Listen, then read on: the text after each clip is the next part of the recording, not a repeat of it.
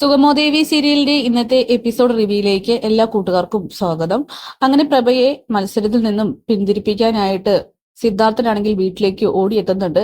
ഈ സമയം പ്രഭാവതി പറയുകയാണ്, എന്തായാലും ഈ വീട്ടിൽ ഒരു MLA ഉണ്ടാവും. അതിപ്പോ അമ്മായിയമ്മയായാലും മരുമോളായാലും സിദ്ധുവിന് എന്താ കുഴപ്പം? ഈ രാമപുരം ഇനി KDF സ്ഥാനാർത്ഥിയായിട്ട് നിന്നിട്ട് ഞാൻ ഭരിക്കും എന്നൊക്കെ പറയുകയാണ് സിദ്ധാർത്ഥന്റെ മുന്നിൽ. ഇത് കേൾക്കുന്ന സിദ്ധാർത്ഥനാണെങ്കിൽ നല്ലപോലെ ദേഷ്യം വരുന്നുണ്ട്. പ്രഭ, നീ കളിക്കാൻ നിൽക്കരുത്. ഒരു വീട്ടിൽ നിന്നും രണ്ടുപേർ, അത് ശരിയാവില്ല. നീ ശരിക്കും ദേവികയെ മത്സരിക്കുകയാണ്, മാത്രമല്ല എന്നെ തകർക്കാൻ കൂടിയിട്ടാണ് നോക്കുന്നത്. ഇത് അപമാനമാകും എന്നൊക്കെ പറയുമ്പോൾ ഇത് കേട്ടിട്ട് പ്രഭാവതി പറയുന്നുണ്ട്, എന്ത് അപമാനം? ഞാൻ എന്തായാലും തീരുമാനം, ഇനി അതിൽ നിന്നും പിന്തിരിയാൻ ഈ പ്രഭയ്ക്ക് പറ്റില്ല. പെട്ടെന്ന് തന്നെ നോമിനേഷൻ കൊടുക്കുമെന്നൊക്കെ പറയുകയാണ്. അങ്ങനെ സിദ്ധാർത്ഥനാണെങ്കിൽ പ്രഭാവതിയെ അടിക്കാനായിട്ട് പോകുന്നുണ്ട്. ഈ സമയം രജനി പറയുന്നുണ്ട്, അമ്മ ഇത് എന്ത് ഭാവിച്ചിട്ട്? സിദ്ധുവിനെ ആരും തടയണ്ട, സിദ്ധാർത്ഥൻ എന്നെ അടിച്ചോളൂ. പക്ഷെ ഇത് കുടുംബത്തിൽ ഒതുങ്ങുന്ന വെറും അടിയായിരിക്കില്ല, പുറത്ത് വാർത്തയാകുമെന്നൊക്കെ പറയുന്നു. എന്തായാലും പ്രഭാവതി രണ്ടും കൽപ്പിച്ചുകൊണ്ട് തന്നെയാണ് മുന്നോട്ട് ഇറങ്ങിയിരിക്കുന്നത്. അങ്ങനെ ഗിരീഷ് ആണെങ്കിൽ ദേവികയെ കാണാനായിട്ട് പോകുന്നുണ്ട്. ദേവിക പറയുകയാണ്, ഞാൻ അമ്മയുമായിട്ട് ഒരിക്കലും മത്സരിക്കില്ല, അതൊരിക്കലും ശരിയാവില്ല. എനിക്ക് നല്ലൊരു കുടുംബജീവിതം വേണം, അത് ഇല്ലാതാക്കിക്കൊണ്ട് എനിക്ക് മറ്റൊരു ജീവിതവും വേണ്ടെന്നൊക്കെ പറയുമ്പോൾ ചേച്ചി ഉറപ്പായിട്ടും മത്സരിക്കും, അല്ലെങ്കിൽ ചേച്ചി ജീവിതത്തിൽ തന്നെ തോറ്റു പോകുന്നത് പോലെയാണെന്നൊക്കെ ശാരിക പറയുന്നുണ്ട്. ഇത് കേട്ടിട്ട് ഗിരീഷും ആ ഒരു അഭിപ്രായത്തിനോട് പിന്തുണയ്ക്കുകയാണ്. ശാരിക പറഞ്ഞതിൽ എന്താണ് തെറ്റ്? ദേവിക ഉറപ്പായിട്ട് മത്സരിക്കണം. പാർട്ടിക്ക് വേണ്ടി സ്വന്തം ജീവിതം പോലും കൊടുക്കാൻ തയ്യാറായിട്ടുള്ള ഒരുപാട് പേരാണ് സംഘടനയിലുള്ളത് എന്നൊക്കെ പറയുന്നു. അങ്ങനെ ദേവികയാണെങ്കിൽ നന്ദന്റെ അഭിപ്രായം അറിയാതെ ഒരിക്കലും ഒരു തീരുമാനം എടുക്കില്ലെന്നുള്ള ഉറച്ച നിലപാടിലാണ്. ഈ സമയം അരുന്ധതി ആകട്ടെ ആകെ ദേഷ്യ വിറച്ചു നിൽക്കുകയാണ്.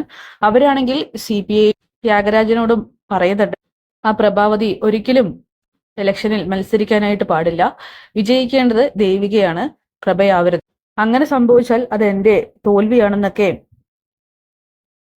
അരുന്ധതി തീർത്തു പറയുന്നു. ഈ സമയം ത്യാഗരാജനും പറയുന്നുണ്ട്, അതെ, അവരൊരിക്കലും മത്സരിക്കരുത്, അവരെ പൂട്ടാനുള്ള വഴികൾ ഒരുക്കണം, ഇത് സിദ്ധാർത്ഥനെ അറിഞ്ഞുകൊണ്ടുള്ള പരിപാടിയല്ല എന്നൊക്കെ ത്യാഗരാജൻ പറയുന്നുണ്ട്. എന്തൊക്കെയായാലും ഞാൻ ആഗ്രഹിച്ച ആൾ മാത്രമേ വിജയിക്കാൻ പാടുള്ളൂ.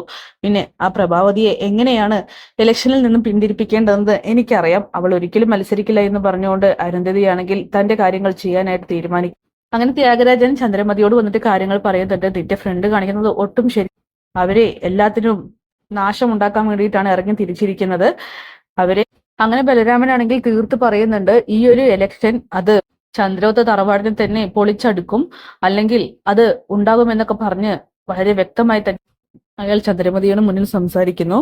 പിന്നീട് നന്ദനാണ് പ്രഭയോട് സംസാരിക്കാനായിട്ട് വരുന്നുണ്ട്. അമ്മ ഇത് എന്ത് ഭാവിച്ചിട്ടാണ്? ദേവികയെ തോൽപ്പിക്കാൻ വേണ്ടി തന്നെയാണ് അമ്മ ഇറങ്ങിയിരിക്കുന്നത്. ഒരു വീട്ടിൽ നിന്നും രണ്ടുപേർ, അത് നടക്കില്ല അമ്മേ. ദേവികയല്ലേ ആദ്യം മത്സരിക്കാനായിട്ട് ഇറങ്ങിയത്, അവൾ തന്നെ മത്സരിച്ചോട്ടെ, വെറുതെ അമ്മ കളിക്കാൻ നിൽക്കരുതെന്നൊക്കെ പറയുമ്പോൾ, എന്ത് കളിക്കുന്നത്? ഞാൻ എന്തായാലും മത്സരിക്കാൻ തീരുമാനിച്ചു. പിന്നെ നിന്റെ അച്ഛൻ പറഞ്ഞിട്ട് ഞാൻ കേൾക്കുന്നില്ല. എന്തായാലും നന്ദ, ഇതിൽ നിന്നും ആരും എന്നെ പിന്തിരിപ്പിക്കാനായിട്ട് നോക്കണ്ട. ഇനി പ്രൊഫസർ പ്രഭാവതി തന്നെയായിരിക്കും ഈ രാമപുരം KDF സ്ഥാനാർത്ഥിയായിട്ട് MLA ആവാനായിട്ട് പോകുന്നത്. അത് എല്ലാവരും കാത്തിരുന്നു. ഒന്നില്ലെങ്കിൽ തോൽവി, അല്ലെങ്കിൽ ജയം. ജയമാണ് എന്റെ മുന്നിൽ ഞാൻ കാണുന്നത് എന്നൊക്കെ പറയുമ്പോൾ, ദേവികയാണ് ജയിക്കേണ്ടത്. അവൾ ഒരിക്കലും ജീവിതത്തിലും ഇനി പാർട്ടിയിലും തോൽക്കരുത്.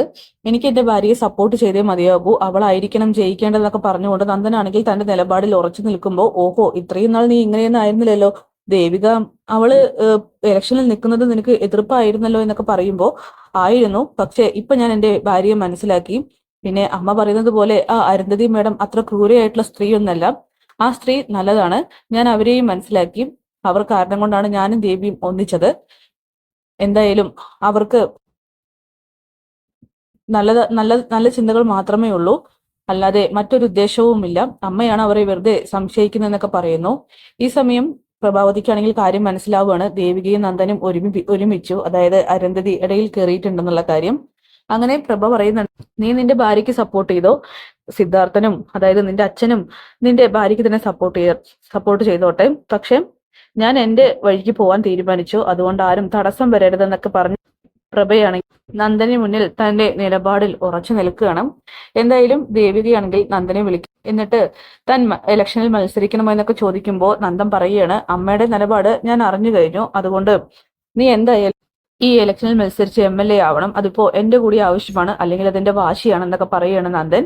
അങ്ങനെ ദേവികയാണെങ്കിൽ നന്ദന്റെയും വീട്ടുകാരുടെയും എല്ലാവരുടെയും പിന്തുണയോടുകൂടി തന്നെ മുന്നോട്ട് പോകാൻ തീരുമാനിക്കുന്നുണ്ട്. അപ്പൊ കാത്തിരിക്കാൻ നമുക്ക് ലേറ്റസ്റ്റ് എപ്പിസോഡ്സിനായിട്ട്. Bye bye.